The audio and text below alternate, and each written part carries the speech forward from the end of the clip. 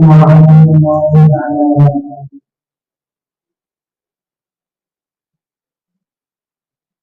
أعوذ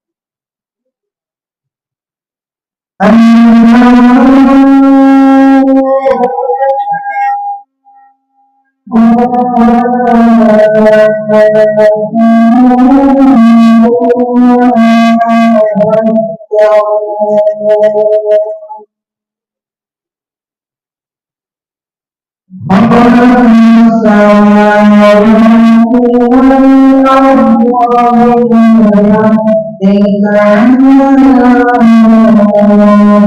الرجيم.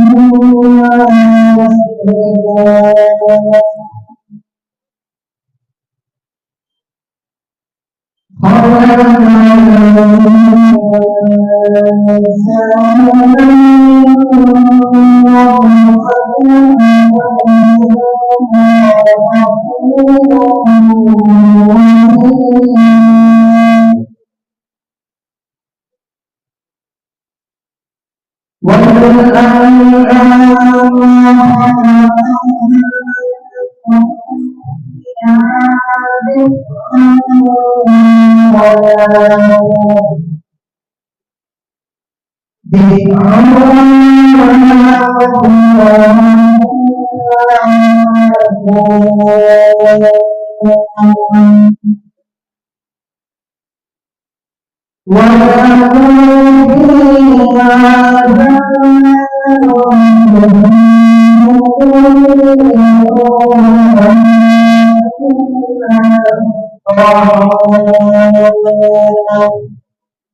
الرحيم.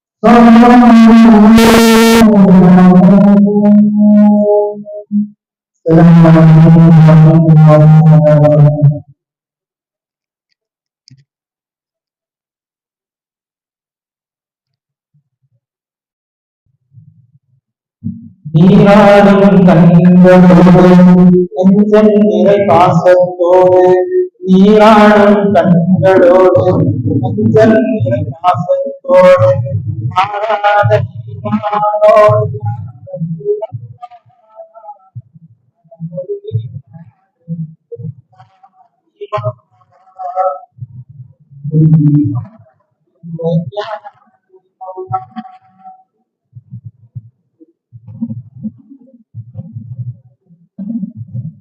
வான்மறை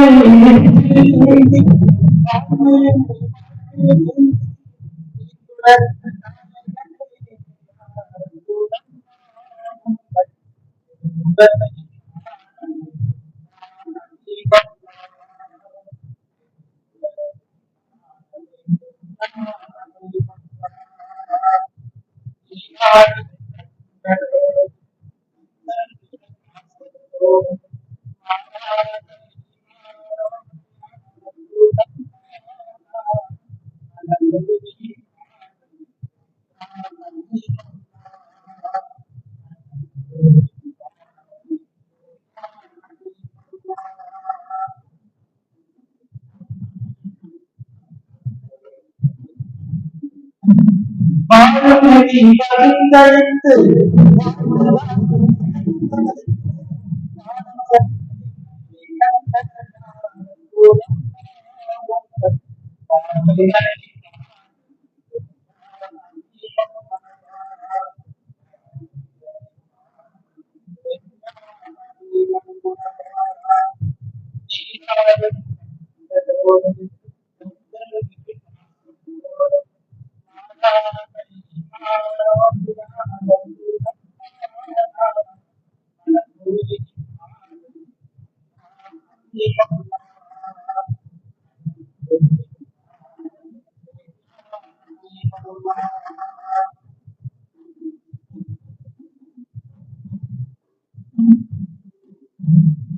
சுரக்கும் சொற்கலோகம்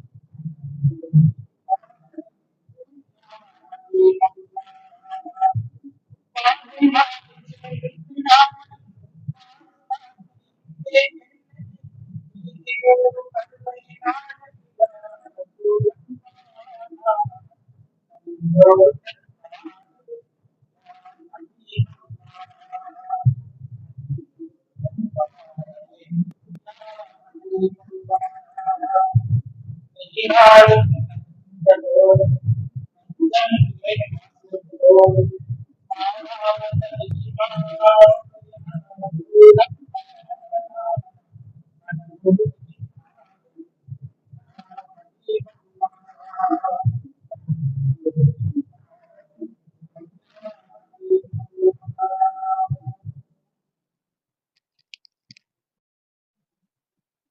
والصلاة والسلام على سيد المرسلين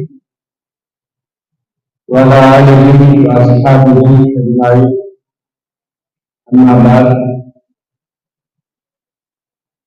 فقد قال الله تعالى في القرآن العظيم الفرقان المجيد بسم الله الرحمن الرحيم ورفعنا لك ذكرك وقال نبينا صلى الله عليه وسلم لا تطروني كما أطرت النصارى في سبيل مريم آمنا بالله صدق الله مولانا العظيم எல்லா புகழும் அல்லாஹ் ஜல்ல ஷானஹு தஆலா ஒருவனுக்கே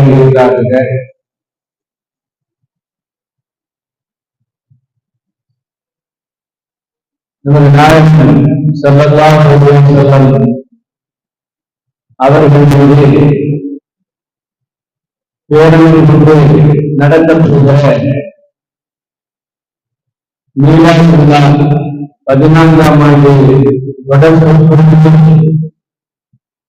நம்முடைய ஜாமியா மிஸ்பாஹ் தொடங்கி இருக்கிறது.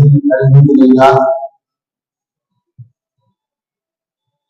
இந்த மீலாது தொடர் சொற்பொழிவின்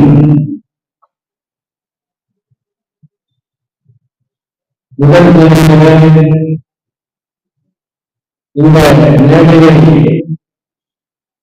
தலைமையில் நடத்தி கொண்டிருக்கக்கூடிய நமது ஜாமியா மிஸ்பாஹ் அரபு கலாசாலையினுடைய சங்கைக்குரிய 4 பெருந்தகை அவர்களுடைய மயிலாடுதுறை மாவட்ட ஆட்சியர் நம்முடைய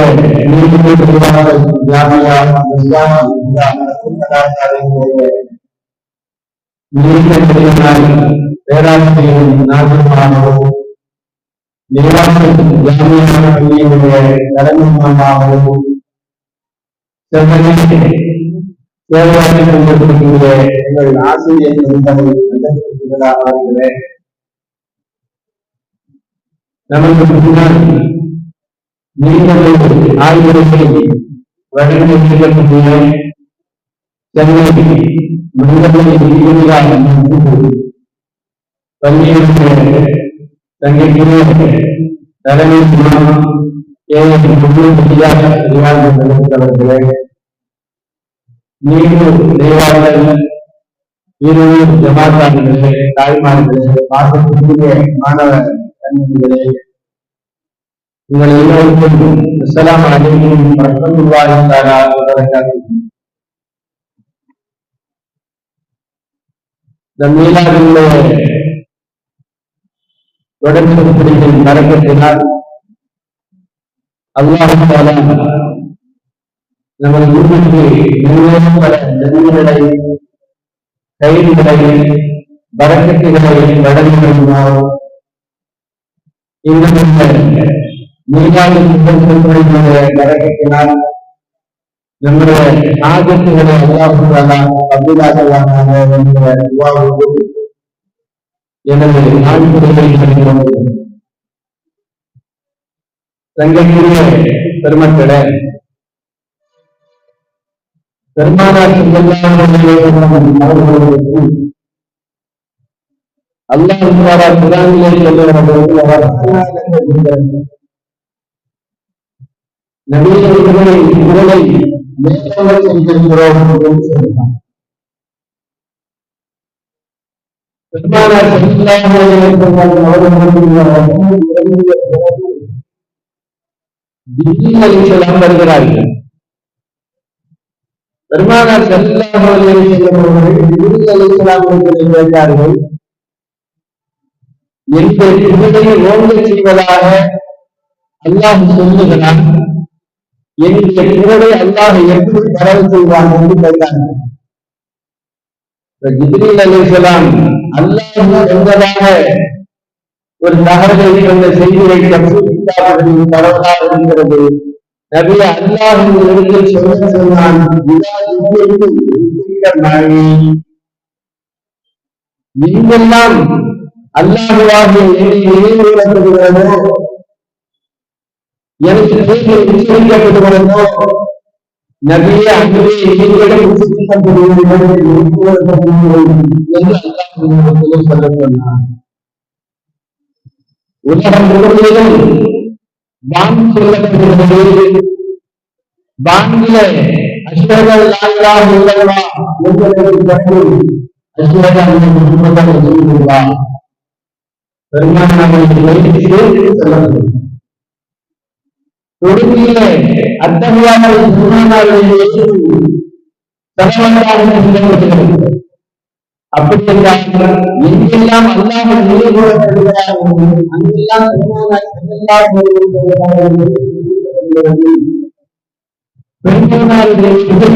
உலகம் முழுவதும் சொல்லப்படுகிறது. நபி ஸல்லல்லாஹு அலைஹி வஸல்லம் அவர்கள் நினைவுபட தகுந்தவர்கள் உலக முஸ்லிம்கள் எதிரில் அனைவரை வாங்கும் வழியாக அப்படி என்றால் பெருமானார் ஸல்லல்லாஹு அலைஹி வஸல்லம் அவர்களை முடிக்கலாமா என்று யோசிப்பவர்களுக்கு பதிலாக நபி ஸல்லல்லாஹு அலைஹி வஸல்லம் அவர்கள் பெருமானார் ஸல்லல்லாஹு அலைஹி வஸல்லம் அவர்கள் படைப்பினங்களை எல்லாம் படிப்பதற்கு முன்னால்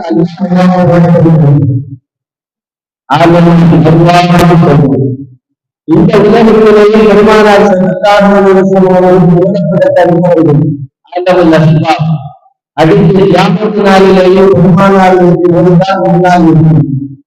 அப்படி சொன்னால் பெருமானார் ஸல்லல்லாஹு அலைஹி வஸல்லம் அவர்களை என்கிற பட்டத்தையும் தனியாக பார்க்கவே முடியும். ரொம்ப பெரிய ஆய்வெல்லாம் வேண்டாம். பெருமானார் ஸல்லல்லாஹு அலைஹி வஸல்லம் நாம் கூறலாம். ஸல்லல்லாஹு அலைஹி வஸல்லம் முஹம்மது ஸல்லல்லாஹு அலைஹி வஸல்லம். முஹம்மதுனா என்ன? வரலாற்று ஆய்வாளர்கள் அகராதியிலே விளக்கம் சொல்லப்படுகிறார்கள். யாருக்கு இந்த பெயர் சொல்லப்படுகிறார்? யார் குடும்பத்திலிருந்து யார் குடும்பத்திலிருந்து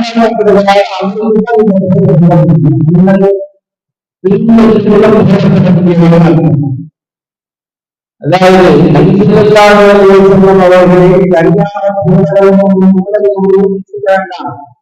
நபியினுடைய பெயர் சொன்னாலே அவர் புகழத்தை தகுந்தவர் என்று நான் ஏற்றுக்கொள்வோம். முகம்மது யார் சொல்லுகிறாரோ அவர் நபியை விடுகிறார். நபி அதனாலதான் மக்களுக்காக பெருமானார் ஸல்லல்லாஹு அலைஹி வஸல்லம் அவர்களை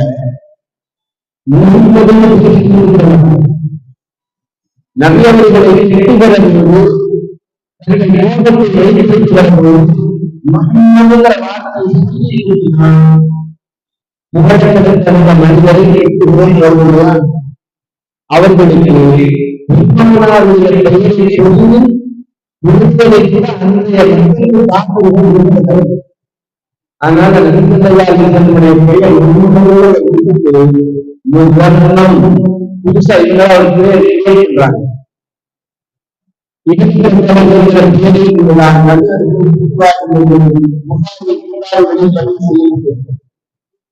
அப்படின்னா தங்களுடைய இஸ்லாமிய பெருமானார்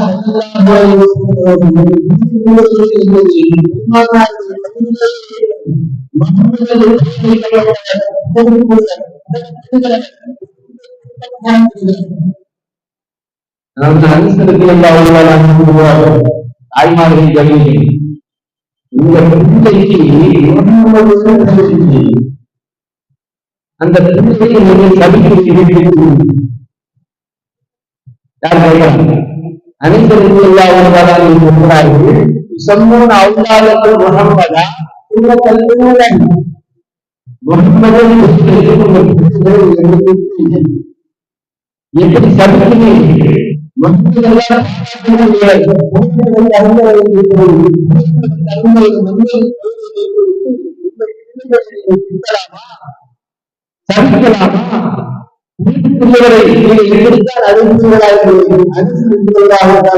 சபிக்கிறீர்கள்? அப்படி என்றால் நபி ஸல்லல்லாஹு அலைஹி வஸல்லம் அவர்கள் இந்த உலகத்தில் அல்லாஹ்வால் வழங்கப்பட்டிருக்கிறார்கள், சஹாபாக்களால் வழங்கப்பட்டிருக்கிறார்கள், அந்த காலத்து மக்களால் வழங்கப்பட்டிருக்கிறார்கள், முஸ்லிம்களால் வழங்கப்பட்டிருக்கிறார்கள். யாமத்தினாலே பெருமானார் பாடப்பட்டு தேசத்துக்கு ஆட்சி உலகத்துல ஒரு அவருடைய நிலைமை பாராட்டப்பட்டது. அவருடைய வியாபாரம், அவருடைய நல்ல நிலைமைகள் அனைத்தும்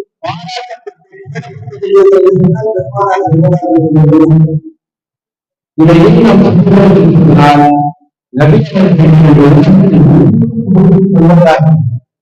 அதாவது சஹாபாக்கள் பெருமானார் ஸல்லல்லாஹு அலைஹி வஸல்லம் அவரை பக்கத்திலிருந்து பார்க்கணும் இல்லையா? அச்சமருந்து ஜாபிர் ரலியல்லாஹு தஆலா அவர்கள் பெருமானார் ஸல்லல்லாஹு அலைஹி வஸல்லம் அவர்கள் இருக்கிற வார்த்தைகளிலே பாடுவார், கவி வரிகளிலே பெருமானார் ஸல்லல்லாஹு அலைஹி வஸல்லம் சொல்லும்போது நபி அவர்கள் வந்து தொப்புள் கட்டளிக்கப்பட்டவர்களாக பெருமானார் ஸல்லல்லாஹு அலைஹி வஸல்லம்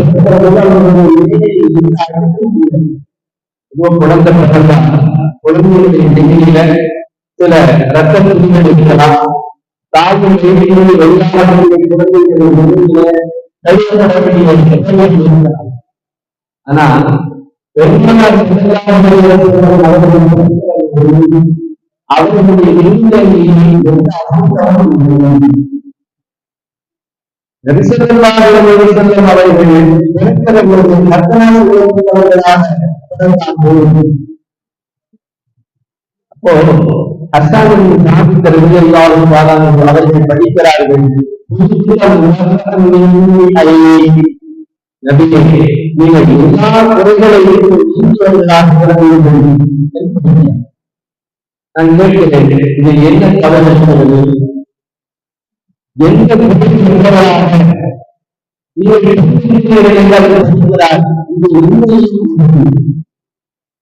அதாவது பெருமானாருடைய வரலாறை படிக்கிற யாரும் நபி அவர்களை புகழாமல் பாராட்டாமல் இருக்க மாட்டார்கள் என்பதற்கான ஒரு சான்று என்னன்னா, நபியினுடைய வரலாற்றை படித்த மாற்று மதத்தில் சென்று ஒரு எதிர்காலம் வளர்ப்புரிப்பான். அவர் பெருமானாருடைய பிறப்பு பார்த்து வரலாற்றை படித்துவிட்டு நாயகம் உங்களை காலம் வரலாற்று கவிதையிலேயே பெருமானாரை பாராட்டி வரலாற்று நூல் எழுதுகிறார். அதுல போது பெருமானார் சென்றதாக கைகளுக்கு இடிச்சு விழுந்து கிடக்கிற கைகளை நடுக்கி கொண்டு எழுதுகிறார் என்றால் விருதுகளை இருந்தால் காற்றுக்கு வழியில் இருந்து கைகளை மூடிக்கொண்டு பிறந்தார். பிறக்கும்போது கைகளை வருகிற காற்று பெருமானாரின் கரங்கள் ஒரு மரியாதை சிந்தனையை ஒரு எந்த சிந்தனையை பெருமானார்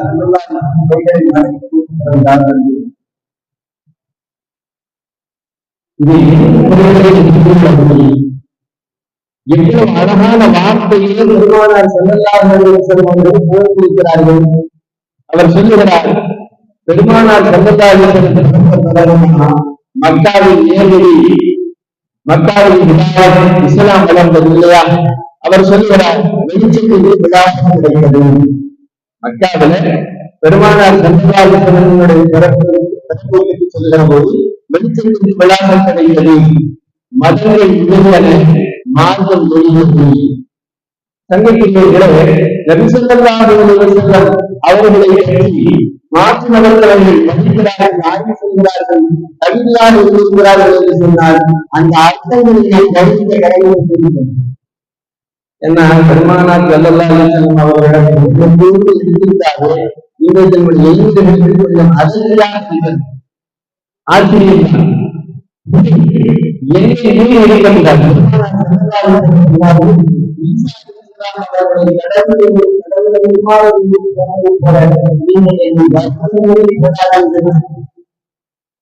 அதுக்கு என்ன அர்த்தம் அல்ல, என்னை துவச்சுங்கள். அப்படி துவச்சுவதற்கு போராது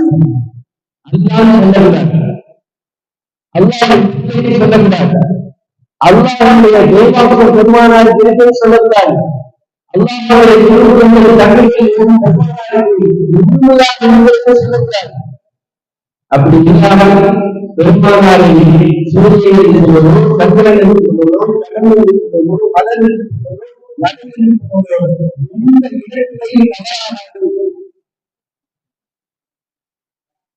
பெருமானார் ஸல்லல்லாஹு அலைஹி வஸல்லம் வருகிற பிறகு பால் குடிப்பார்கள் அதிகமாக போறாங்க இல்லையா?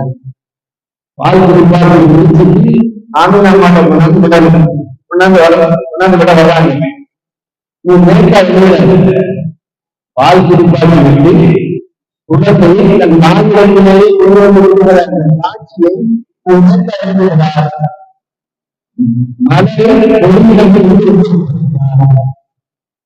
மலரை கொடியிடம் கூறுவதும் சேர்க்கிறார்.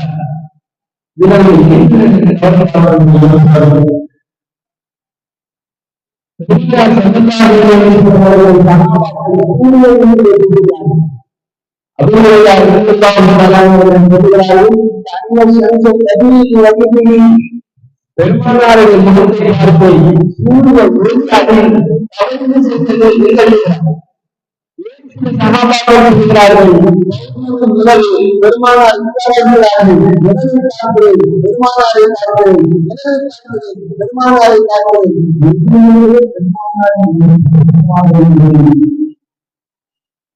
சகாபாக்கள் அனுப்பிட்டு சொல்கிறார்கள், உணர்ந்து சொல்லுகிறார்கள். பெருமானாரை நேசித்தவர்கள் அந்த வாக்கு சொல்லுகிறார்கள். இதை எழுதுகிறார்கள்.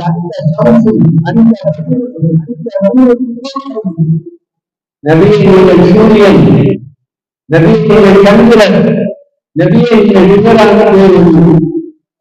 என்ன தகவல் விஷயம் எந்த இடத்தில் பெருமானாரை நாம் வரவே சொல்ல முடியுமா?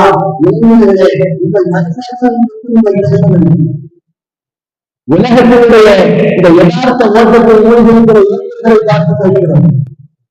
ஒரு சிறிய வடிவமைக்கப்பட்டிருக்கிற கல்விகளை நாம் மையம் கொண்டிருக்கிறோமா இல்லையா? அதுல லாஜிக் இல்லா? உலகத்தில் பாடப்படுகிற பாடம் கல்விகளை லாஜிக் இருந்தால் ஆப்பிள் உள்ளவே இருக்கிறான், ஐஸ்கிரீம் உள்ளவே இருக்கிறான், வெள்ளி மலவே இருக்கிறான், வெள்ளி இளவே இருக்கிறான், இளவே இருக்கிறான். நேற்று தலைக்கு பார்த்தா வெள்ளி நிலவாத்தமும் முந்த கைக்கு பார்த்தா வெள்ளை நெடு தெரியுமா? வெள்ளை நெல்லை கூறுகிறார்கள்.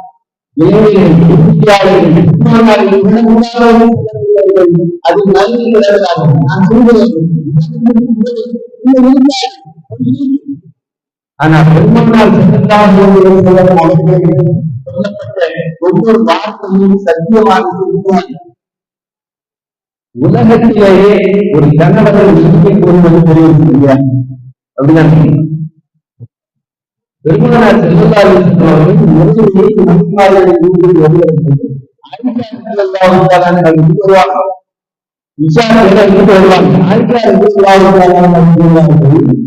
பெருமானார் ஸல்லல்லாஹு அலைஹி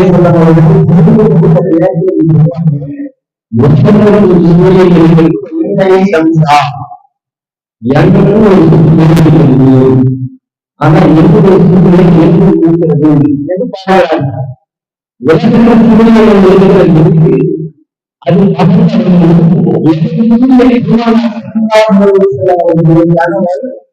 அவர் வீட்டுதான் வருவார், விஷயத்தோட வீட்டுக்கு வருவாங்க.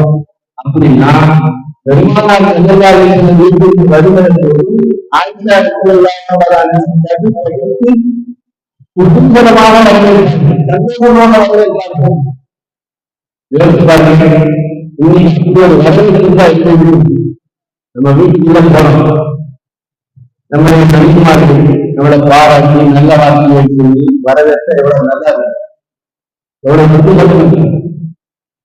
சில பேர் சொல்றாங்க, பாராட்டலாம் வேண்டாம், கவிதையெல்லாம் படிக்க வேண்டாம், வந்து கதவை தட்டிதான் போகும், கதவை தட்டிதான் போகும், கதவை தட்டிதான் சங்கீதிகளே. பெருமானார் ஸல்லல்லாஹு அலைஹி வஸல்லம் அவர்கள் இந்த உலகத்தில் பாடம் இருக்கிறார்கள். பெருமானாரை காண்பதற்கு பெருமானார் ஸல்லல்லாஹு அலைஹி வஸல்லம் பாராட்டியிருக்கிறார்கள். ஸைத் அப்துல்லாஹ் இப்னு சஹாபி இருக்கிறார். பெருமானாரின் சமூகத்தில் வருகிறார், நீண்ட கல்வியை படிக்கிறார். கல்வி பெருமானார் ஸல்லல்லாஹு அலைஹி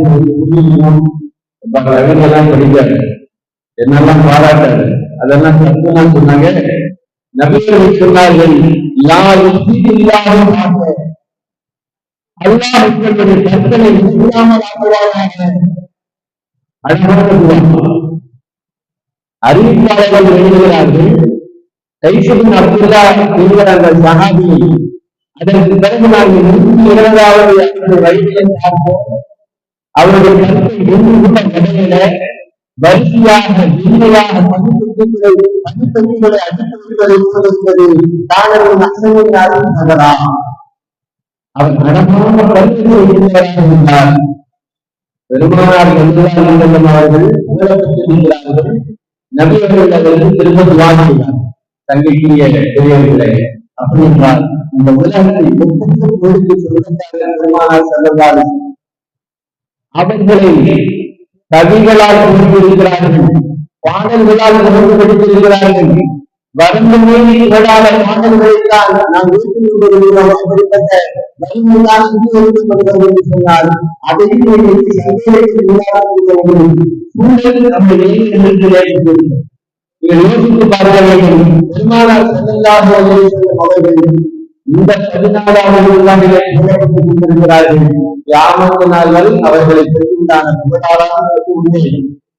இதுல கவனிக்கத்தக்க விஷயம் என்னன்னா, யாரெல்லாம் பெருமானாரை புகழ்ந்தார்களோ பாடினார்கள் அவர்கள் எல்லாருடைய நம்பிக்கை தெரியுமா? இது நன்மை. பெருமானாரை நான் புகழ்ந்து பேசுவதும் புகழ்ந்து பார்ப்பதும் நன்மைக்குரியது. எந்த நன்மை? நாளை அல்லாஹ்விடத்தில் எனது பாவங்கள் மன்னிக்கப்படுகிற அளவுக்கு நான் நன்றாக இருக்கிறேன். அஸ்ஸானுக்கு சாமிக்கிறது எல்லாம் அவர்கள் சொல்லுகிறார்கள், பெருமானாரை விமர்சித்தவர்களை எதிர்த்து புதுப்பாய்களுக்கு எதிர்த்து தடுப்பது சொல்கிறார்கள். அதை விட மகமாதா, நீ பெருமானாரை திட்டினார், பெருமானாரின் பதிலாக நான் பதில் கொடுத்தேன். இதன் இரண்டான நன்மை யாவுக்கு நாளில் முடிவுகிறார்கள். இமாம் முஸ்லிம் அதை பதிவு செய்திருக்கிறார் தன்னுடைய பாடல் வரிகள். சங்கீதம் அப்படின்னா நம்முடைய இந்த மீனாவிலே தொடர்புடைய முடியாத ஒரு விஷயத்தை தெரியாமல் வேண்டும். இந்த உலகத்தில் ஒப்பற்ற மனிதர்கள் சங்கைக்குரிய முதல்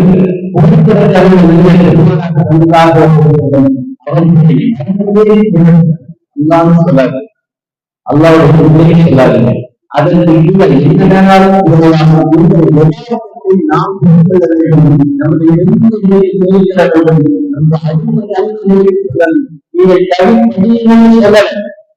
கவி சொல்லல பெருமானாரை சொல்லறாங்க. பெருமானாருடைய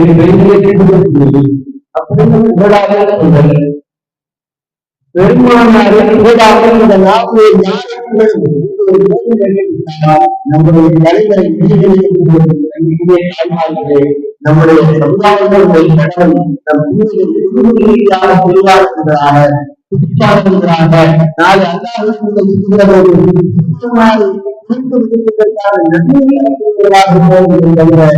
பெருமானாரை நேசித்தவர்களாகவும் பெருமானாருடைய கண்ணியத்திற்கு குறைகளை உண்டாக்குவதற்காகவும் நம்முடைய சந்ததிக்கு வெளியிடக்கூடாது. அதை வந்த நாயகம் அப்படிப்பட்ட புண்ணியத்திற்கு பெருமானாக ஆமீன் ஆகுவார்கள். அதில் வரஹ்மத்துல்லாஹி வபரகாத்துஹு.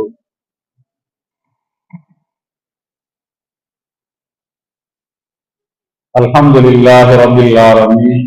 வஸ்ஸலாத்து வஸ்ஸலாமு அலா சய்யிதில் முர்ஸலீன் வ இமாமில் முத்தகீன் வ அலா ஆலிஹி வ ஸஹ்பிஹி அஜ்மஈன். அஊது பில்லாஹி மினஷ் ஷைத்தானிர் ரஜீம். லா தகூனு கல்லதீன ஆதவ் மூஸா.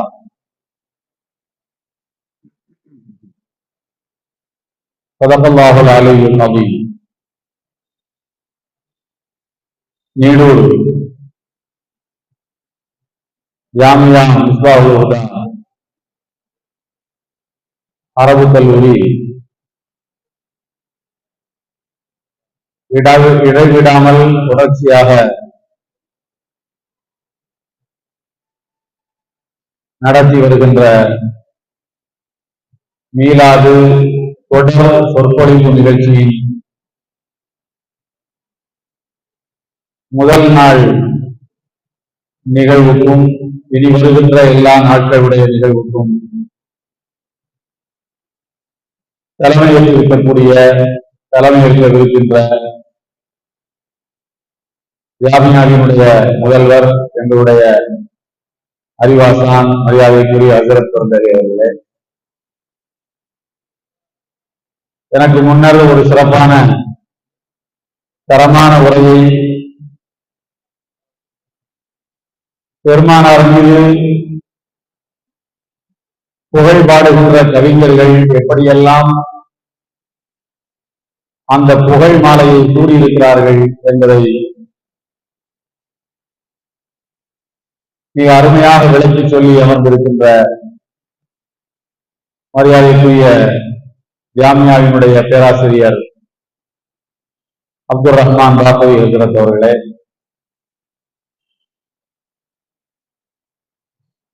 இந்த நிகழ்வில் எங்களுடைய பங்களிப்பை தந்தும் தரவும் இருக்கின்ற ஜாமியாவினுடைய மாணவ கண்மணிகளே, திரளாக குழுமி இருக்கக்கூடிய பெரியோர்களே, சகோதரர்களே, அன்பு தாய்மார்களே, ஜாமியாவினுடைய மாணவ பெண்மணிகளே, நம் அனைவரிலும் எல்லாம் வல்ல அல்லாஹ்வுடைய பேரன்பும் பேரருளும் அவனுடைய பெருங்கருணையும் என்றும் நிலவட்டுமாக. கொஞ்சம் ஆமீன் சொல்லிக்கிறீர்கள், அதை குறிச்சுக்கிட்டே ஆமீன் சொல்லணும். எந்த வார்த்தையோ யாருடைய ஆமீனா அல்லாஹ் எப்போ கபூல் செய்வாங்க நமக்கு தெரியாது. நம்முடைய ஹபீப் முஹம்மது ஸல்லல்லாஹு அலைஹி வஸல்லம் அவர்களுடைய அன்புக்கும் ஷஃபாத்துக்கும் தகுதி வாய்ந்த மக்களாக எல்லாம் வல்ல அல்லாஹ் நம் அனைவரையும் ஏற்றுக் கொள்வானாக. மீலாது நபி விழாவின் சமூக பயன்களை அல்லாஹ் நமக்கும் அடைந்து கொள்ளக்கூடிய வாய்ப்பை தந்தருள்வானாக. அருமையான சகோதரர்களே,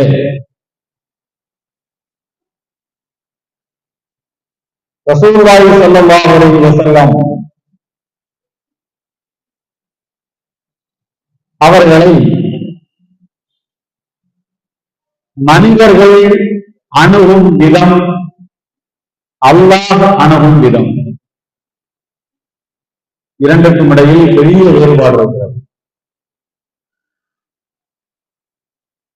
மனிதர்கள் அவர்களை ஒரு வழிகாட்டியாக பார்க்கிறார்கள். அல்லாஹ் அவர்களை தன்னுடைய அன்புக்குரியவராக பார்க்கின்றார். மனிதர்கள் சில நேரங்களில் தங்களுடைய வழிகாட்டின் மீது கோபித்துக் கொள்வதுண்டு. அத்தா மேல பிள்ளைகளுக்கு சில நேரங்களிலே கோபம் கூட வருவதுண்டு, சலிப்பு வருவதுண்டு. ஆனால் அன்பர்களுக்கிடையிலே சலிப்போ கோபமோ விரக்தியோ வரக்கூடாது, வருவதில்லை.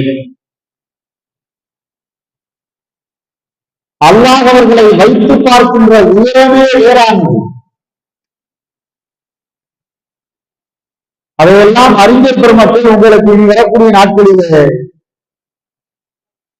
தங்களுடைய பாணியை விளக்கி சொல்வார்கள். நான் ஒன்றே ஒன்று மாத்திரம் சொல்லி என்னுடைய உரையின் முக்கிய கருப்பொருளுக்குள் செல்ல விரும்புகின்றேன். அல்லாஹ் தஆலா இந்த முஸ்லிம்களை பார்த்து இப்படி இருக்காதீர்கள், இப்படி இருக்காதீர்கள், இப்படி இருக்காதீர்கள் என்று சொல்லுகின்ற வசனங்கள் திருக்குர்ஆனிலே ஏராளம் இருக்கின்றன. இப்படி சொல்லாதீர்கள், இப்படி நடக்காதீர்கள், வலா தம்ஷூ ஃபில் அர்தி மரஹா, இப்படி இருக்காதீர்கள், ஒரு சபையிலே இப்படி இருக்காதீர்கள், சாப்பிட்டால் பிறப்பு விடுங்கள், ஏன் உட்கார்ந்து இருக்கின்றீர்கள், இப்படி அல்லாஹ் நேரடியாக சொல்லக்கூடிய வசனங்கள் திருக்குர்ஆனில் ஏராளம் இருக்கின்றன. ஆனால் ரசூலுல்லாஹி ஸல்லல்லாஹு அலைஹி வஸல்லம் அவர்களுடைய மனதை நீங்கள் காயப்படுத்தாதீர்கள். ஏனென்றால் மனிதன் என்றால் வழிகாட்டின் மீது கோபித்துக் கொள்வான். சில நேரங்களிலே தன்னை வளர்த்து ஆளாக்கிய தந்தை மீது கூட பிள்ளைகளுக்கு கோபங்கள் வருகின்றன. எனக்கு தேவையான அளவுக்கு சொத்து சேர்க்கவில்லை, அவருடைய வீட்டை அண்ணனுக்கு எழுதி வைத்து விட்டார், பொம்பளை பிள்ளைகளுக்கு கூடுதலாக சொத்து கொடுத்து விட்டார். இப்படி தந்தைமார்கள் மீது கோபம் கொள்ளுகின்ற பிள்ளைகள் கூட இருக்கலாம், தாயின் மீது கோபம் கொள்ளுகிற பிள்ளைகள் இருக்கலாம். அதே போல சில நேரங்களில் வழிகாட்டியின் மீது கூட சில நேரங்களில் அவர்களுக்கு சில அசௌகரியங்கள் இருக்கலாம். என்ன ரசூலுல்லாஹ் இப்படி சொல்லிட்டாங்க? இதையெல்லாம் நபிகள் நாயகம் ஸல்லல்லாஹு அலைஹி வஸல்லம் அவர்களை பற்றி அல்லாஹ் ஒரு வார்த்தை ரொம்ப நுட்பமாக பதிவு செய்கின்றான். நீங்கள் நபியை தொல்லைக்குள்ளாக்காதீர்கள் என்று சொல்வதற்கு பதிலாக மூசா நபியை தொல்லைப்படுத்தியவர்கள் போல நீங்கள் இருக்காதீர்கள். நபியை தொல்லைக்குள்ளாக்குவதை பற்றி நீங்கள் கற்பனை கூட செய்யக்கூடாது என்பதற்குத்தான் அவர்களை போல நீங்கள் இருக்க வேண்டாம் என்று சொல்கிறான். இந்த வசனம் உலகம் உள்ளளவும் போதப்படுகின்ற வசனம். எனக்கு மனதுக்கு கொண்ட ஒரு மனிதரை நான் போகிறேன், என்னுடைய மனதுக்கு கொண்ட ஆசிரியரை நான் போகிறேன், என்னுடைய மனதுக்கு பிடித்த கல்லூரிகளை நான் போகிறேன், என்னுடைய மனதுக்கு பிடித்த நூலை நான் போகிறேன், அந்த நூல் ஆசிரியரை போகிறேன். ஒருவர் வந்து சொல்கிறார், எப்ப பார்த்தாலும் அவரையே புகழ்ந்துட்டு இருக்கீங்க, அப்படியெல்லாம் புகழாது என்று சொன்னால், யாரை நான் புகழ்கிறேனோ அவர் அருகிலே இருந்தால் அவர் என்ன நினைப்பார்? என்ன புகழ்றதுல உனக்கு என்ன பிரச்சனை என்று கேட்பாரா மாட்டாரா? அதே போலத்தான் நபிகள் நாயகம் ஸல்லல்லாஹு அலைஹி வஸல்லம் அவர்களை இப்படி வருஷம் உட்கார்ந்து வேலை வணக்கத்தை உட்கார்ந்து புகழ்ந்து கொண்டிருக்கிறீர்களே, அது பயானில் புகழ்ந்தாலும் பரவாயில்லை, பாட்டு பாடுவார் வேறு புகழ்கிறீர்களே, பாட்டு பாடி மட்டும் புகழ்ந்தால் பரவாயில்லை, அதை தப்படித்து வேறு பாட்டு படிக்கின்றீர்களே, தப்படித்தால் மட்டும் உங்களுக்கு திருப்தியை வருவதில்லை, சில நேரங்களில் உடலை லேசாக அசைத்து அசைத்து ஆடி போகிறீர்களே, என்னது வினோதமான பழக்கம் என்று சொல்லி அவர்கள் நம்மை காயப்படுத்தவில்லை, நபிகள் நாயகம் ஸல்லல்லாஹு அலைஹி வஸல்லம் அவர்களை காயப்படுத்துகிறார். எந்த ரூபத்திலும் பெருமானாருக்கு புகழ் சேர்க்கின்றவனாகத்தான் ஒரு இறை நம்பிக்கையாக இருக்க வேண்டியதை அன்றி அந்த புகழை குறைப்பவனாகவோ புகழாவே என்று சொல்பவனாகவோ ஒரு இறை நம்பிக்கையாக இருக்கக்கூடாது, இருக்க மாட்டான். ஏனென்றால் இந்த உலகத்துக்கு அவர்கள் தந்த அருங்கொடைகள் அவ்வளவு அதிகம். அவர்கள் நிகழ்த்திய சாதனைகளை பேரறிஞர் இமாம் அபுல் ஹசன் அலி நதவி அவர்கள் பதிவு செய்கிறார்கள். என்னுடைய நூலிலே ரஹ்மத்துல் ஆலமீன் என்ற நூலிலே பதிவு செய்கிறார்கள். அவர்களுடைய கருத்து அல்ல, இதர கோட்பாடுகளை பின்பற்றுகிற அறிஞர்களின் கருத்தை பதிவு செய்கிறார்.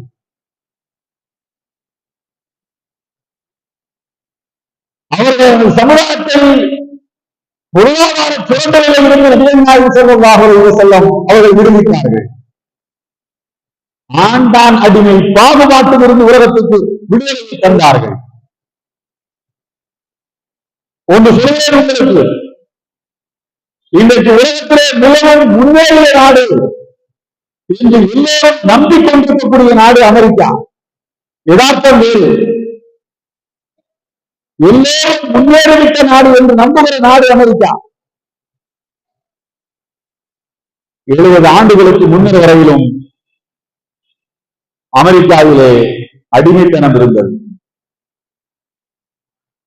இன்னும் சொன்னால் 40 ஆண்டுகளுக்கு முன்னர் வரையிலும் அமெரிக்காவில் அடிமைத்தனம் இருந்தது. தமிழ்நாட்டினுடைய முதலமைச்சர் அண்ணாதுரை ஒரு புத்தகம் எழுதியிருக்கிறார், வெள்ளை மாளிகை என்று. அமெரிக்காவில் இருக்கக்கூடிய ஒயிட் ஹவுஸுக்கு வெள்ளை மாளிகை என்று தம்பி ஏன் பெயர் வைத்தார்கள் தெரியுமா? அந்த நூலிலே சொல்கிறார், மறந்தும் ஒரு கருப்பன் அந்த மாளிகைக்குள்ளே நுழைந்துவிடக் கூடாது என்பதற்குத்தான் அதற்கு வெள்ளை மாளிகை என்று பெயர் வைத்தார்கள் தம்பி என்கிறார்.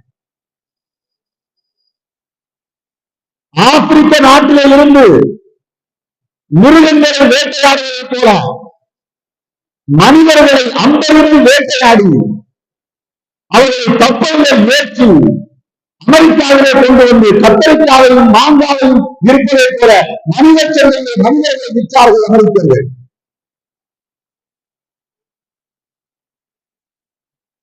கப்பல் முதலாளிக்கு கப்பலுக்கு தகவல் அனுப்புகின்றான், நாம் கொண்டு வந்த சரக்கு ஒன்று அழுகி போய்விட்டது,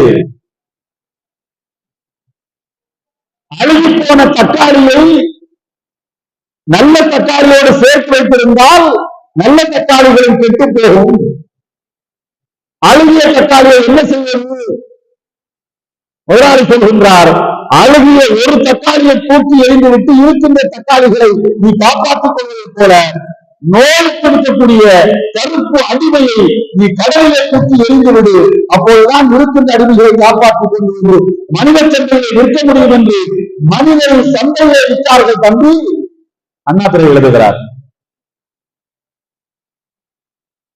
ஒரு கட்டத்திலே கருப்பர்களும் திருப்பி அடிக்க ஆரம்பித்தார்கள். காடுகளுக்குள்ளே புகுந்து மிருகங்களை வேட்டையாடி சாப்பிடுவதற்காக, மிருகங்களை வேட்டையாடுவதற்கு கருப்பர்கள் காடுகளுக்குள்ளே நுழைகின்ற போது பதுக்கியிருக்கக்கூடிய வெள்ளையர்கள் அந்த கருப்பர்களை வேட்டையாடினார்கள். காலிலே அம்பு கொண்டு தைத்தார்கள். கைகால்களை கட்டி கப்பலிலே ஏற்றினார்கள். ஒரு கட்டத்தில் கருப்பர்களுக்கு அங்கே வாழ்ந்த மக்கள் பயிற்சி கொடுத்தார்கள். என்ன பயிற்சி தெரியுமா? கேட்பதற்கு ஆச்சரியமாக இருக்கும் உங்களுக்கு. வெள்ளையனுடைய உடலிலிருந்து வருகின்ற நாற்றம் எப்படி இருக்கும் என்பதை சுவாசித்து கண்டறியக்கூடிய பயிற்சி கருப்பர்களுக்கு கொடுக்கப்பட்டது. 1/2 கிலோமீட்டர் சுற்றளவில் ஒரு வெள்ளைக்காரன் இருந்தால் அங்கு இருக்கக்கூடிய கருப்பர்கள் சுவாசித்து வெள்ளையில் விழுந்திருக்கிறானா என்று கண்டுபிடித்து விடுவார்கள். அந்த பயிற்சி கொடுக்கப்பட்டது.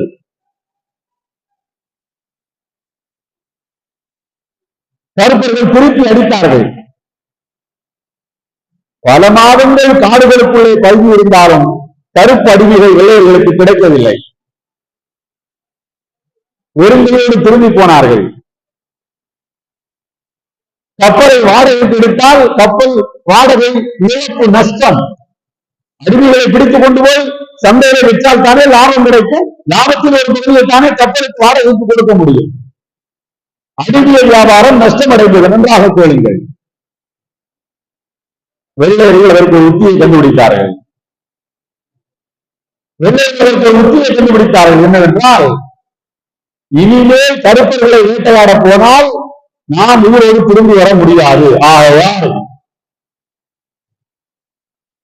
ஏற்கனவே பிடித்து வந்து அமெரிக்காவுடைய சந்தைகளில் விற்கப்பட்ட அடிமைகளை விலை கொடுத்து வாங்கி அவர்களுக்கு நன்றாக ஊட்டச்சத்து மிக்க சாப்பாடுகளை கொடுத்து அறைகளில் அவர்களை அடைத்து வைத்து பல கருப்பு இன பெண்களை அதே அறைகளுக்குள்ளே அடைத்து வைத்து இனச்சேர்க்கை செய்ய வைத்து அடிமைகளை உற்பத்தி செய்து சந்தைகளிலே இருக்க வேண்டும் என்று முடிவெடுத்தார்கள். அண்ணாதுரை சொல்கிறார்.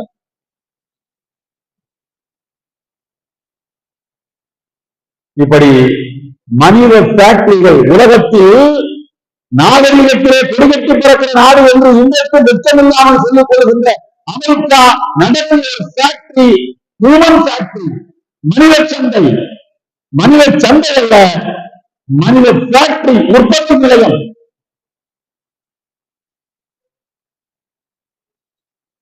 அப்படி தயாரித்து சந்தைகளிலே அடிமைகளை விற்று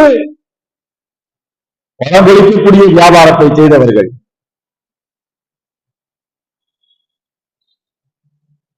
அந்த அடிமை முறையை 1000 ஆண்டுகளுக்கு முன்னால் ஒழித்தவர்கள் முகமது நபி ஸல்லல்லாஹு அலைஹி வஸல்லம் அவர்கள். ரசூலுல்லாஹ் காலத்துல இதை ஒருத்தன் கற்பனை பண்ணியிருக்க முடியுமா? விட்டுருப்பாங்களா? நீ தவறு செய்தால் உன்னுடைய அடிமைக்கு விடுதலை கிடைக்கும், அடிமையை உரிமை விட்டு உன் தவறை சரி செய்வோம் என்று சொன்னார்.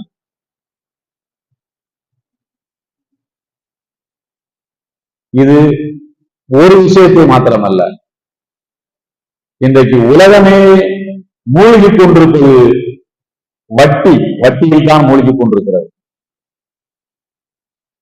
அந்த வட்டியை ஒழித்த பெருமை ரசூலுல்லாஹி ஸல்லல்லாஹு அலைஹி வஸல்லம் அவர்களுக்கு மட்டும்தான் உண்டு. இன்றைக்கு ட்ரிபிள் தலாக் என்று சொல்கிறார்களே, 3 தலாக்கை விட்டுவிட்டால் பாய்மார்களுக்கு சிறை என்று சட்டமே கொண்டுள்ளார்களே. இன்றைக்கும் கூட இதர சமுதாயத்து மக்களுக்கு ஒரு கேள்வி இருக்கிறது. அது என்ன, முஸ்லிம்கள் வந்து கல்யாணம் பண்ணீங்களா உடனே தலாக் தலாக் தலாக்னு சொன்னா பெண்ணு தெருவில் தான் நிக்கணுமாம?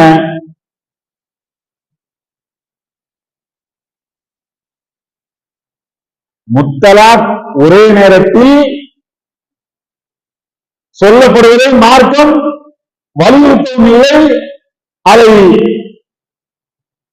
ஆகுமானது என்று சொல்லவும் இல்லை, செய்யக்கூடாது என்று தடுத்திருக்கிறது. சொன்னால் செத்துதான் போவான். சொன்னால் நிறைவேறும் என்பதெல்லாம் வேறு, சொல்லக்கூடாது என்றார்கள் நபிகள் நாயகம் ஸல்லல்லாஹு அலைஹி வஸல்லம். இந்த சிஸ்டம் ஏன் வந்தது என்றால் பெண்களை அழிப்பதற்கல்ல, பெண்களை காப்பதற்கு தான்.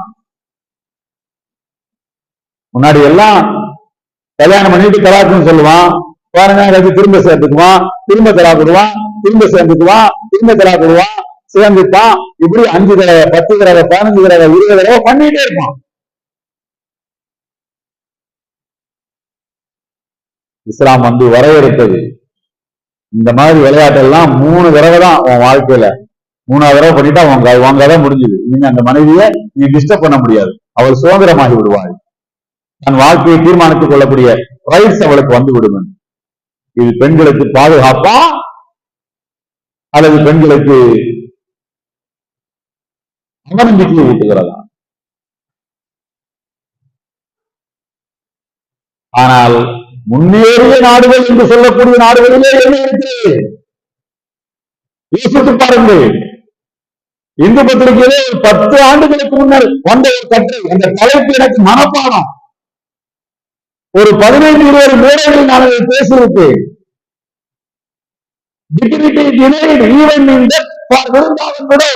அந்த கட்டுரையின் தலைப்பு, மரணித்த பிறகும் விதவைகளை இந்த நாட்டின் சட்டங்கள் சீரழிக்கின்றன. மறுக்கப்படுகின்ற கண்ணியம், மரணத்திலும் அது மறுக்கப்படுகிறது கண்ணியம். யாருக்கு?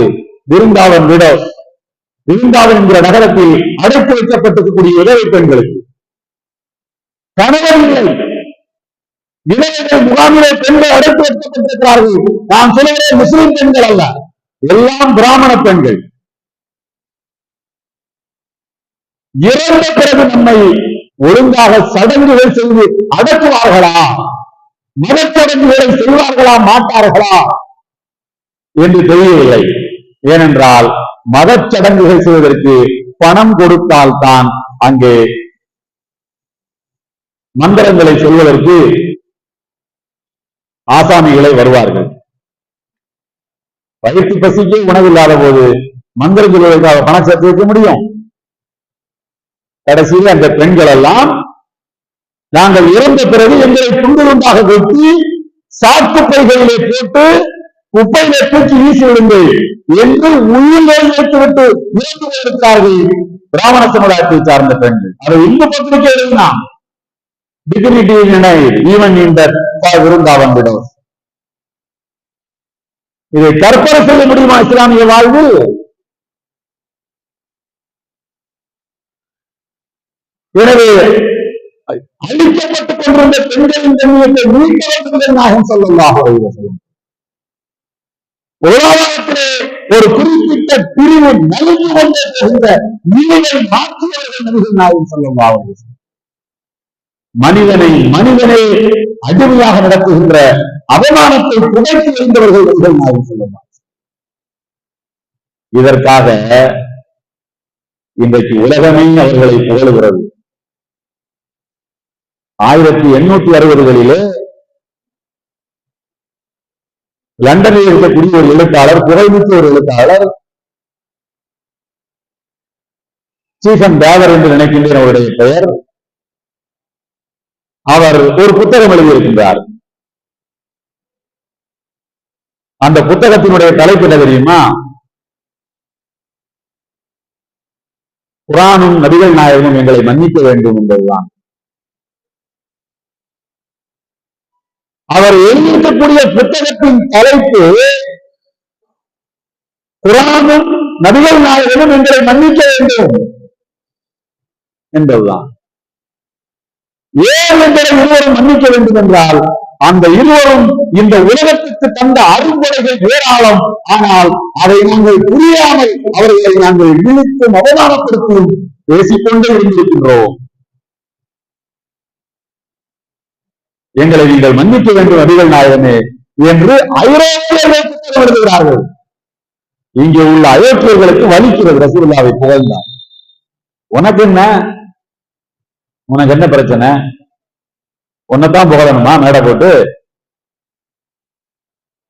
நீ யார் யாரையெல்லாம் எப்படி எல்லாம் புகழ்ந்தாய்னா எல்லாம் வந்துருச்சு சந்தைக்கு. குறைஞ்சபட்சம் புகழணும்னா அவங்க சேலை கொடுத்திருக்கணுங்கிறது தானே அவனுடைய வரையறை. இப்படி உலகமே பெருமானாரை புகழ்வதற்கு காரணங்களை கண்டுபிடித்து வைத்திருக்கிறது. உலகம் பெருமானாரை புகழ்வதற்கு உலகத்திடம் காரணம் இருக்கிறது. 1-2 காரணம் அல்ல, 1000 காரணங்கள் இருக்கின்றன. புகழ பிறந்த சமுதாயத்துக்கோ இன்னும் காரணங்கள் பற்றாக்குறையாக இருக்கிறது.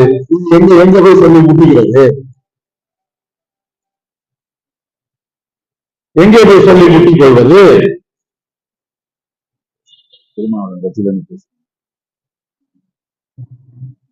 நான் இன்னும் சொல்கிறேன் உங்களுக்கு, ரசூலுல்லாஹி ஸல்லல்லாஹு அலைஹி வஸல்லம் அவர்களுடைய மீலாது எங்களுடைய உஸ்தாது பிஜே ஸலாஹுத்தீன் ரியாஸி இருக்கின்ற வரைக்கும் ஆண்டுதோறும் நோட்டீஸ் போடுவார்கள். மீலாது விழாவை மீலாது விழா என்ற பெயரிலேயே கொண்டாட வேண்டும். சீரத்து நபி விழா, சூரத் அதெல்லாம் வேண்டாம், மீலாதுன்னே சொல்லு.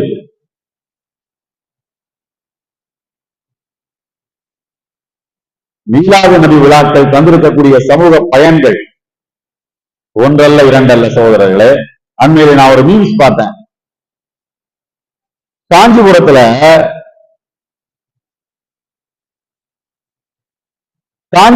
வந்து இந்த பக்கம் ஒரு கோயில் இருக்குது.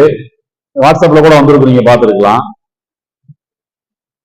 இந்த பக்கம் ஒரு முஸ்லீம் பாய் கடை வச்சிருக்கிறாரு, இந்த பக்கம் ஒரு இந்து சகோதரர் கடை வச்சிருக்கிறாரு, இந்த பக்கம் இந்து சகோதரர் கடை வச்சிருக்கிறாரு. நடுவுல ஒரு டீ கடை இருக்குது. கீழே மீன்ஸ் போட்டிருக்கான், இந்துவும் முஸ்லிமும் ஒன்றாக இருக்கவே விரும்புகிறார்கள், டீ கடைக்காரன் தான் இடையில் வந்து பிரிக்கிறான். புரிஞ்சுச்சா? டீ கடைக்காரன் டீ வித்தவன் கூட வச்சுக்கிடுங்க, கடை இல்லாம டீ வித்துக்கிட்டு இருந்தவன் கூட வச்சுக்கலாம்.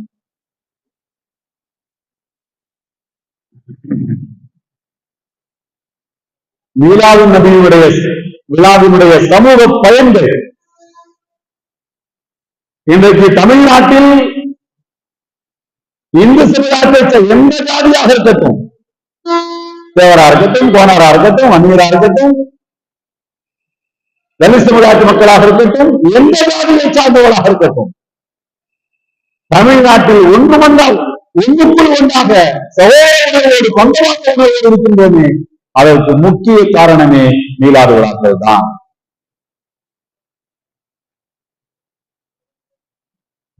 குன்றக்குடி அடிகளார், மதுரை ஆதீனம் ஒரு பக்கத்தில், தஞ்சை பகுதியில் இருக்கக்கூடிய ஆதீன கர்த்தாக்கள், இவர்களெல்லாம் மீலாது விழாக்களில் பேசி நபிகள் நாயகத்தினுடைய பொன்மொழிகளை வாழ்க்கை வரலாற்றை அவர்களுடைய வாயால் பேசி மக்களிடம் கொண்டு போய் சேர்த்திருக்கின்றார்கள். மதுரையிலே ஒரு ஆதீனம் இருந்தார், அருணகிரி சுவாமிகள். ரொம்ப அற்புதமான ஒரு மனிதர். இறப்பதற்கு 2 நாளைக்கு முன்னால் வரையிலும் எனக்கு வாட்ஸ்அப்ல SMS போட்டுட்டே இருக்காரு, எதுக்காக போடுவார். 2 நாள் ஓபன் பண்ணாம வச்சுட்டு முல்டிக் வர்றதா உடனே போன பண்ணிருந்தார். இமாம் சாப் அதை ஓபன் பண்ணி பாருங்க, நமக்கு முக்கியமான விஷயம், முக்கியமா ஒண்ணும் இருக்காது. அவருக்கு அது முக்கியமா படும், அவ்வளவுதான். எல்லாம் சமூக நல்லிணக்க கருத்துக்கள். சகோதர சரியாட்சி மக்களோடு நல்லுறவை பேணுகின்ற ஒரு உயர்ந்த பாரம்பரியத்தை இந்தியாவுக்கே அறிமுகப்படுத்துவது மீலாது நபி விழாக்கள் தான். தமிழ்நாட்டுக்கு பல முதலமைச்சர்களை தந்தது மீலாது நபி விழாக்கள் தான். அண்ணாதுரையை பேச்சாளராக தமிழ்நாட்டுக்கு அறிமுகப்படுத்தியது மீலாது விழாக்கள் தான். கலைஞர் சொல்கிறார், அண்ணாதுரையை நான் பார்த்ததே மீலாது நான் முதலாக. இன்றைக்கு வரைக்கும் திராவிட இயக்கங்களுக்கும் முஸ்லிம்களுக்கும் இடையே உறவுப்பாடமாக இருப்பது மீலாது விழாக்கள் தான். இடைக்காலத்தில் மீலாது விழாக்களை நடத்துவதில் தொய்வு ஏற்பட்டது, ஒரு சிறிய சரிவு ஏற்பட்டது. அதனுடைய பலாவலனை பார்த்தோமா இல்லையா?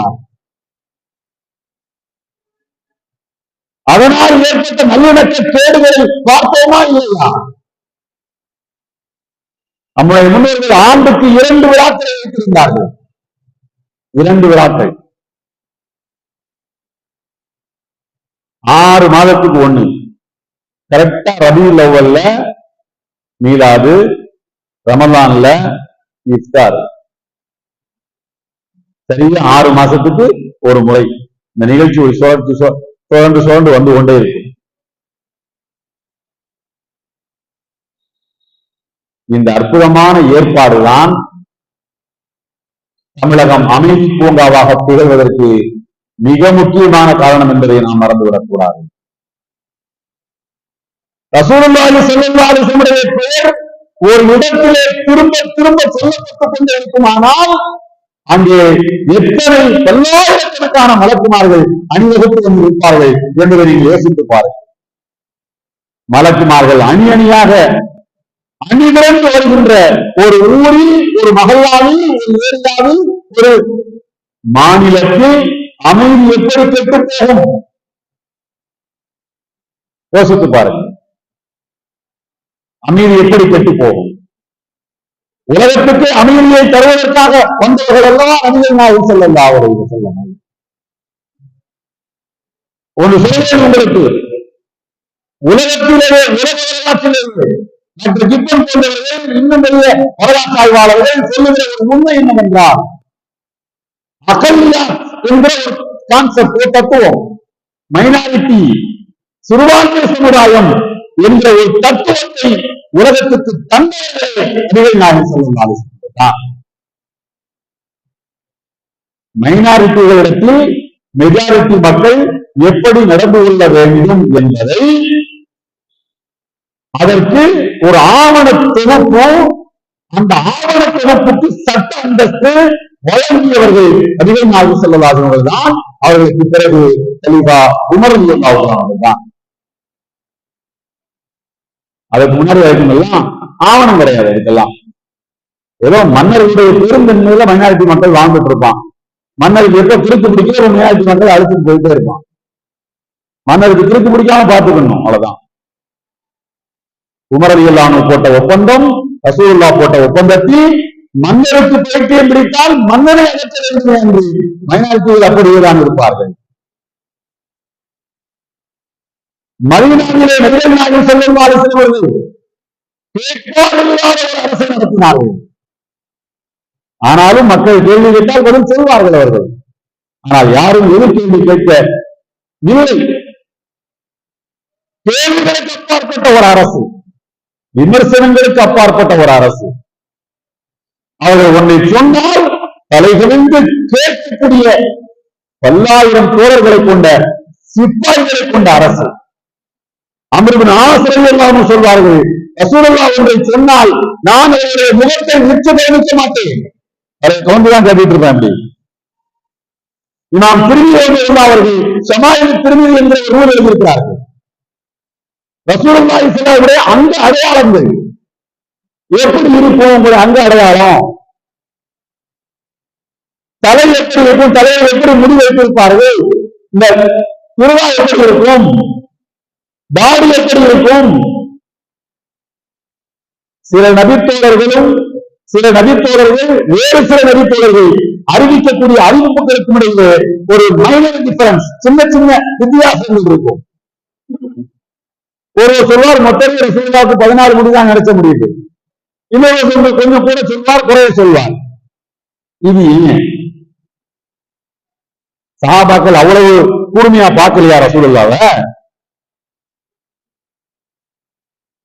ஒரு வியப்புக்குரிய பதிலை விரிவுரையாளர்கள் தருகின்றார்கள். என்னவென்றால், நபிகள் நாயகம் ஸல்லல்லாஹு அலைஹி வஸல்லம் அவர்களை சஹாபாக்கள் நேரடியாக விரு என்று பார்ப்பதற்கு தயங்கியிருக்கிறார்கள்.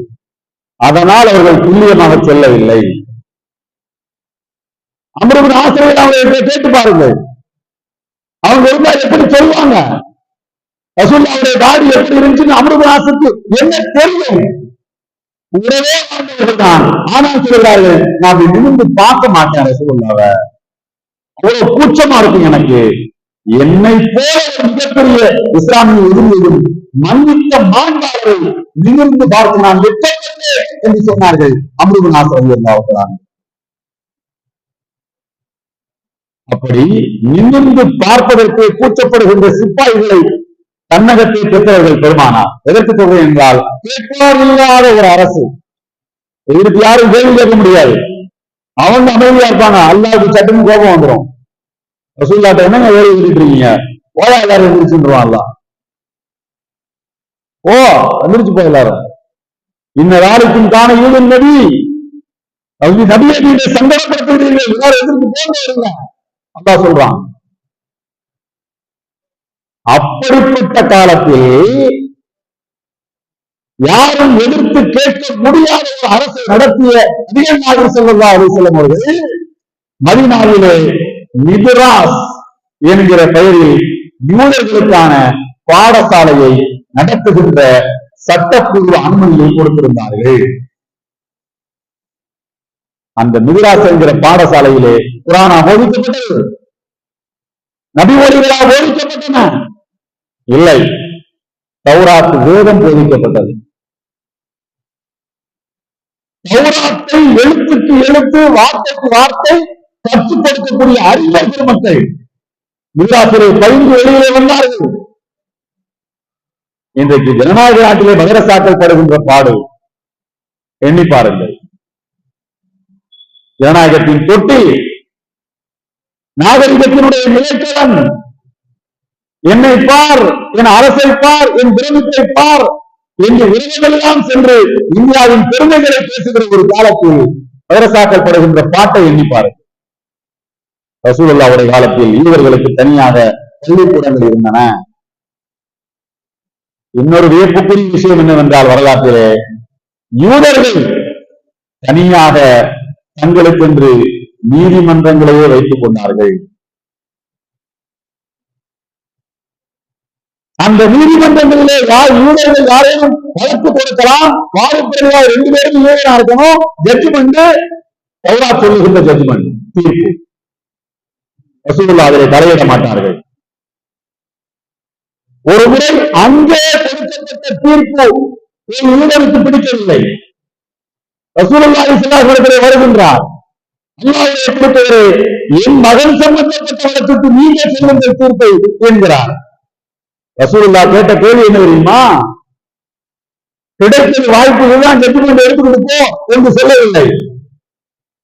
உங்களுடைய வேதத்திலே இந்த வழக்குக்கு என்ன தீர்ப்பு இருக்கிறது என்று நீங்கள் சொல்லுங்கள் என்கிறார்கள்.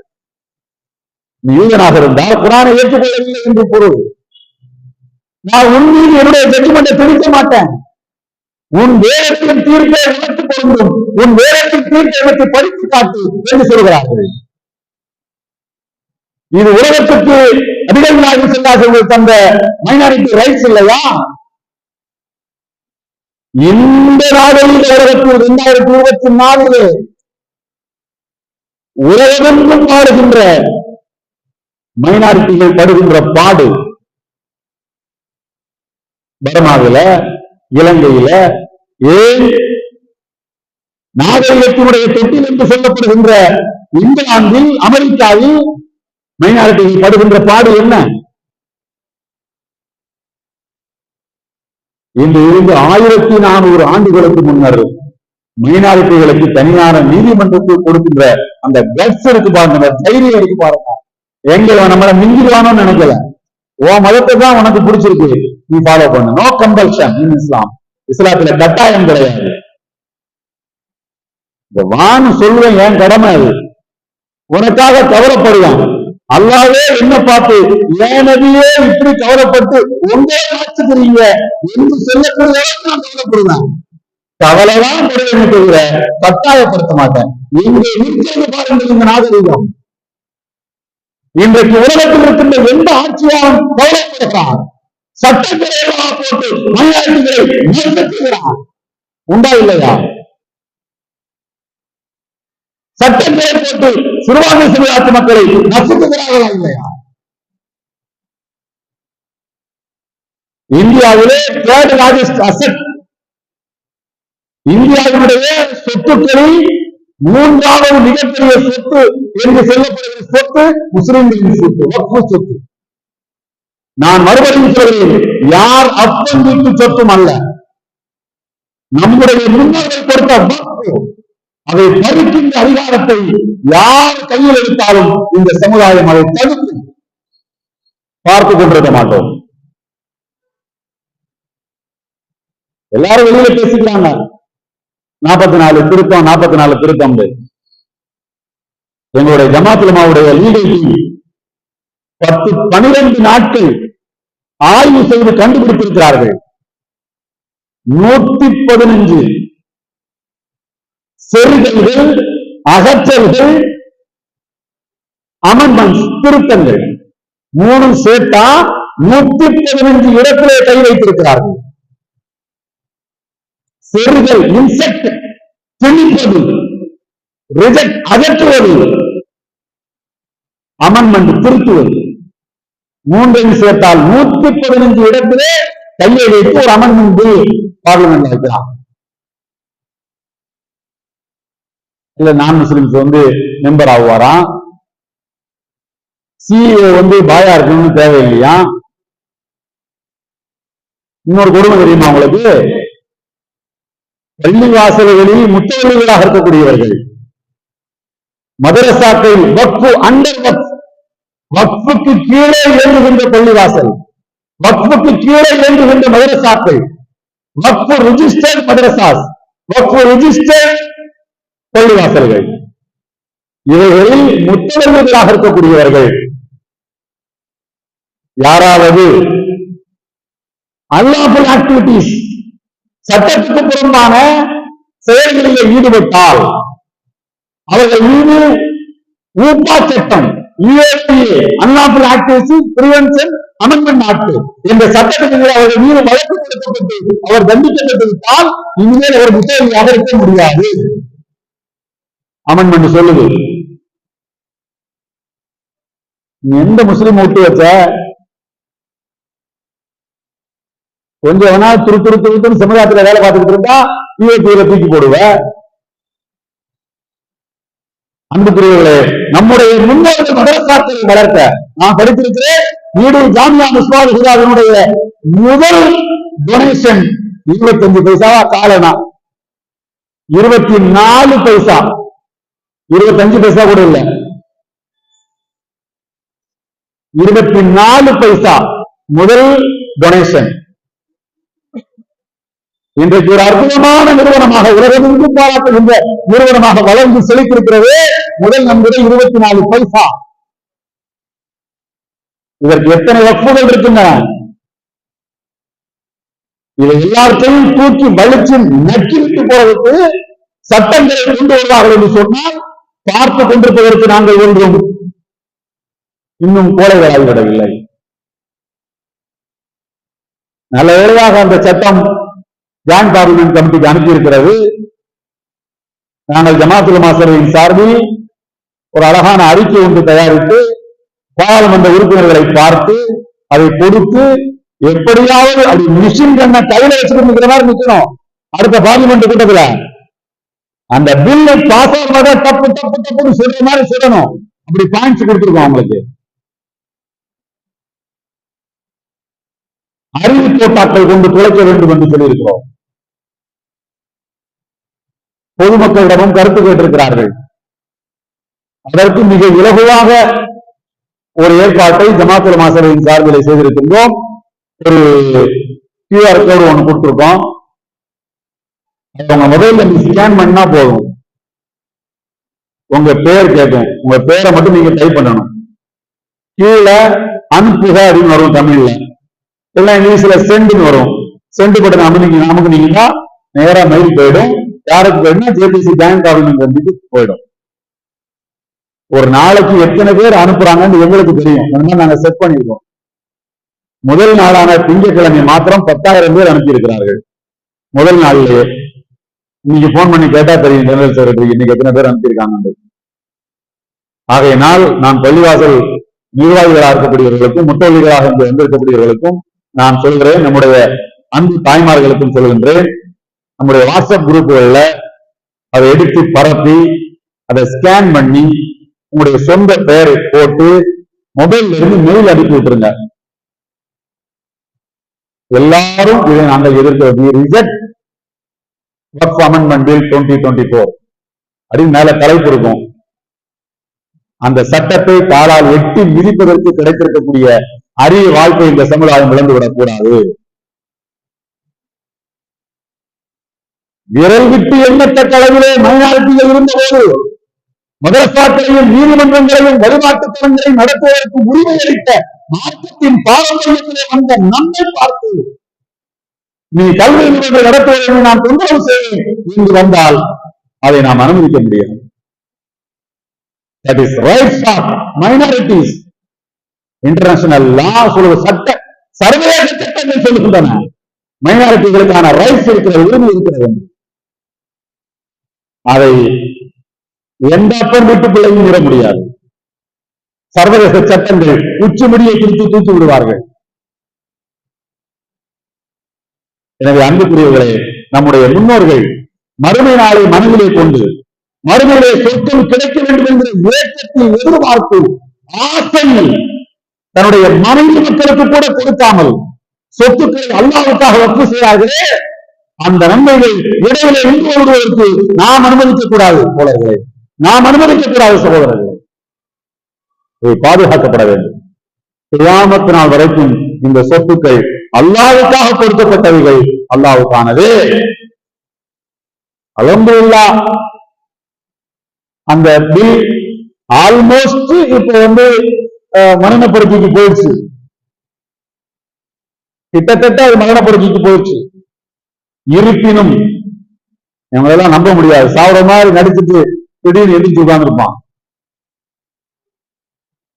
அதனால் இறுதி மூச்சு வரைக்கும் இதை எதிர்த்து நாம் இந்த சட்ட போராட்டங்களை நடத்த வேண்டிய நிலையில் இருக்கிறோம் என்பதையும் இந்த வாய்ப்பிலே சொல்லி, சிறப்பான இந்த வாய்ப்பை வழங்கிய ஈடுல் முஸ்பாவுதாவுக்கும் அதனுடைய முதல்வர் மற்றும் பேராசிரியர் பெருமக்களுக்கும் என்னுடைய உளப்பூர்வமான நன்றியினை தெரிவித்துக் கொண்டு நிறைவு செய்கின்றேன். எல்லாம் வல்ல அல்லாஹ் தஆலா பேசிய அடிப்படையில் அமல் செய்யக்கூடிய தகுதியை எல்லா மக்களுக்கும் வழங்கியிருக்கூடியவனாக. வாஹிரு தஅவானா அல்ஹம்துலில்லாஹி ரப்பில் ஆலமீன். அஸ்ஸலாமு அலைக்கும் வரஹ்மத்துல்லாஹி வபரகாத்துஹு.